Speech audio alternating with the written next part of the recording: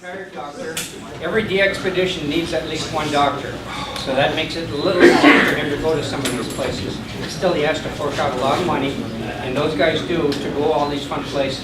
So without much added to that, Mr. Arnold Shatz, November 6th, Hotel California.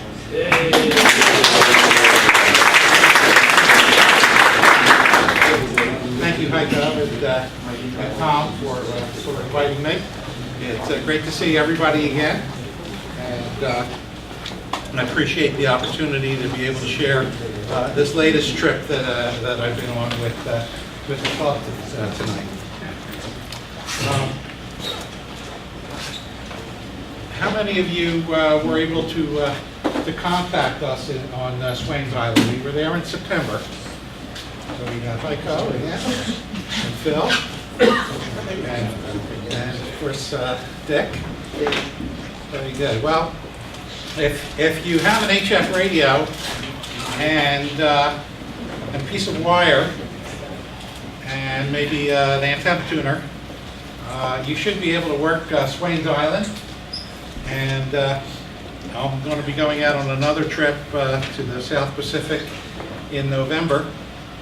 So if you miss Swains Island, get your wire and your antenna tuner and your HF radio on for the next trip, which will be to Bonava, T33A, which is a little bit south of the equator and between Fiji Island and Tarawa.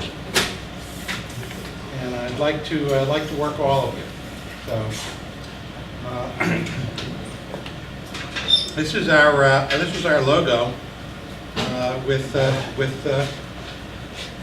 cocoa here, and you will see the coconut in a lot of the pictures. So here's Swains Island from the air.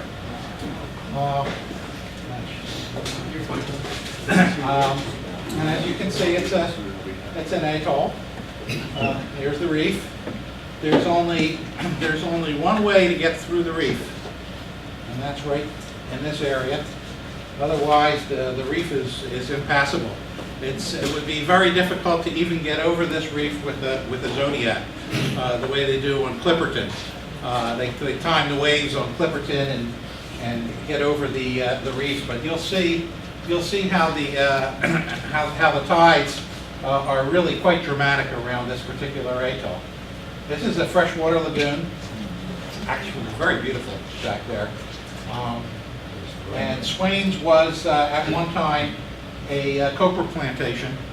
And they stopped harvesting copra in the early 90s. It just wasn't cost effective anymore.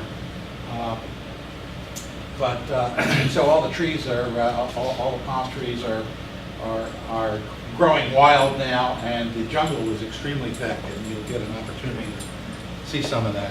Drinkable fresh water? I don't think you'd want to drink it, but yeah, it's fresh water. They didn't know how deep the lagoon was. In fact, when we left the atoll, a group from NOAA came in with a couple scuba divers, and they were going to dive the lagoon. They were actually going to look for artifacts, archaeological artifacts, to see if they could find any Polynesian artifacts that might be in the lagoon. I don't see an airport. Pardon me? I don't see the airport. That's right. I wish they were an airport. Since you brought it up, they did fly a pontoon, I don't know if it was a Beechcraft or a Cessna, once from Pago Pago to see if they could land on the lagoon and take off again. And they assumed they could, and they did. But it was you need a fair amount of room to get off of the water, and there's not a whole lot of room here, but they were able to do it. So I guess in a real severe emergency, if there were a plane available, they could probably land a plane on the lagoon. But nobody lives here anymore.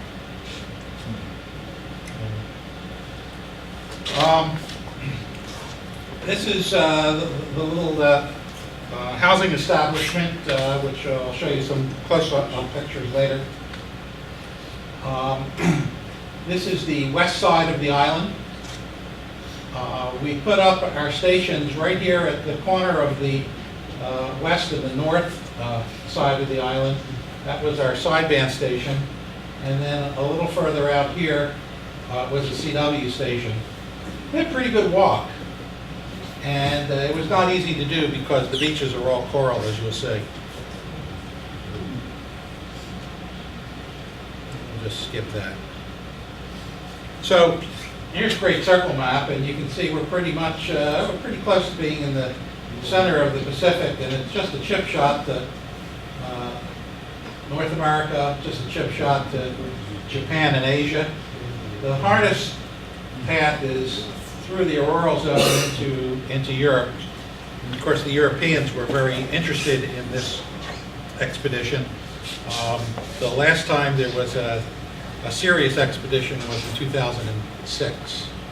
So it had been a good 6 years since the last time there was any radio operation at all from Swains Island. So this expedition started for me at home because all of the equipment was staged at my garage. And this is not all of the equipment, but all of the equipment that we were shipping.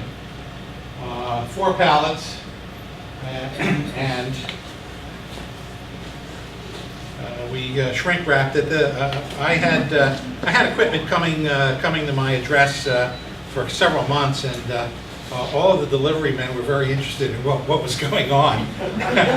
and so it was fun to share that information with them. And we just loaded it on a truck when it was time to ship it. And we shipped in late July of 2012. And the shipment went to Pago Pago, was offloaded from Pago Pago onto a boat, and then taken the 240 nautical miles north-northwest to Swains Island, and offloaded by the Swains Islander crew that we had hired. As I said, you didn't see all of the equipment that we used. You didn't see any generators, because the generators were supplied by the owner of the island. By the way, Swains is a privately held island. It has been privately owned for nearly 200 years. Pretty nice if you can get your own little island, isn't it? And they provided. You noticed there was no fuel. They provided the fuel for us. They provided the food. We had 3 cooks. And we had some young guys who had very strong backs to help us as well. And of course, all this was factored in because to be able to gain access to the island, there was a substantial fee, which we had to pay. But from my way of thinking, I think it was really worth it to have them provide that's part of the expedition for us. So basically all we had to ship was our personal gear, our antennas, our radios, coax, and other little tchotchkes that we need, micro ham interfaces and things like that. So the team, which was a multinational team, met in Honolulu, and we stayed at the Best Western on the Nimitz Highway, if any of you know Hano. And that night we all had dinner at Sam Choi's. I just read in the paper that Sam Choi's, which has been a restaurant in Honolulu for a long time, is closing. The rent was too high, and they decided we're going out of business. So next time I go to Honolulu, it's not going to be there. So we met with since I used to live in Honolulu, in Honolulu area, I called up some of my friends to join us for the send-off dinner. And this is Lee Wykow, who does a lot of propagation forecasts. He's been a ham forever. I remember working with Lee in the 60s. Kilo Hotel 6, Bloomin' Zipper Flipper, VZF. Back here is Kimo Chun KH-7U, who is involved in every DXpedition to the Pacific. The rest are our guys. Here's Martin KH-6MB, who is very active. He lives on the east side of Oahu and is right on the beach, and he has a tremendous signal. If any of you are ever on HF, I mean, he just has a really big signal, and it's all antenna by the ocean.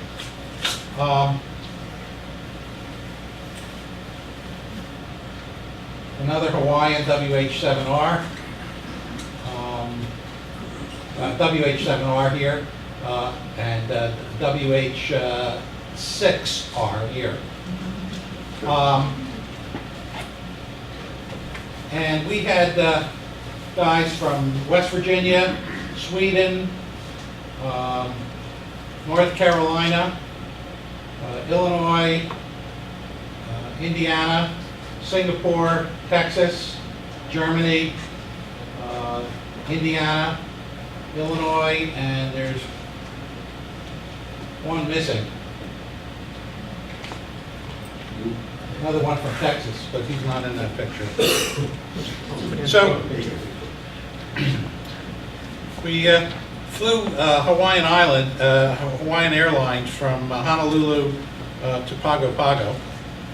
They fly once a week.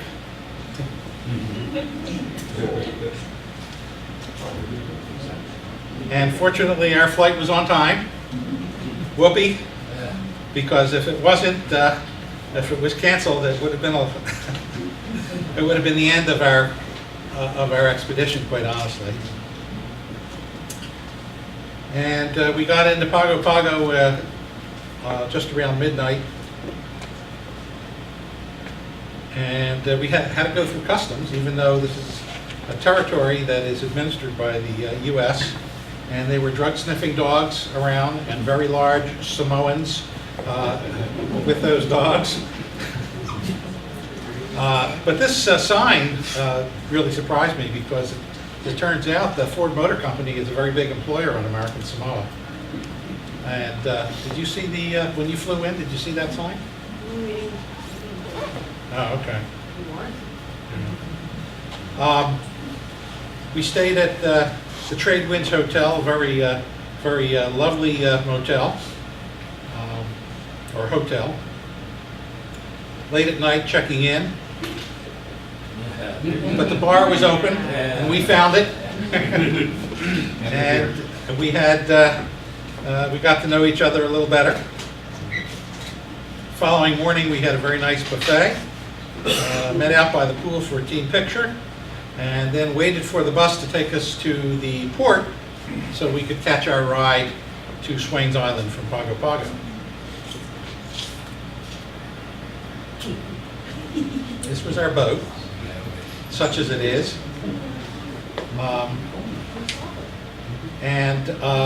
Did you see the lady Naomi? Yeah, she pulled in that Rarotonga when we were there last July. She really is the pits. Fortunately, this was just a 30-hour or so boat ride, and we shared the boat with literally millions of cockroaches. It was disgusting, to say the least. This is the hold, and a lot of our personal gear was put into the hold. This is Alex Jennings and his wife. Alex is a member of the American Samoa Parliament. He's a non-voting member because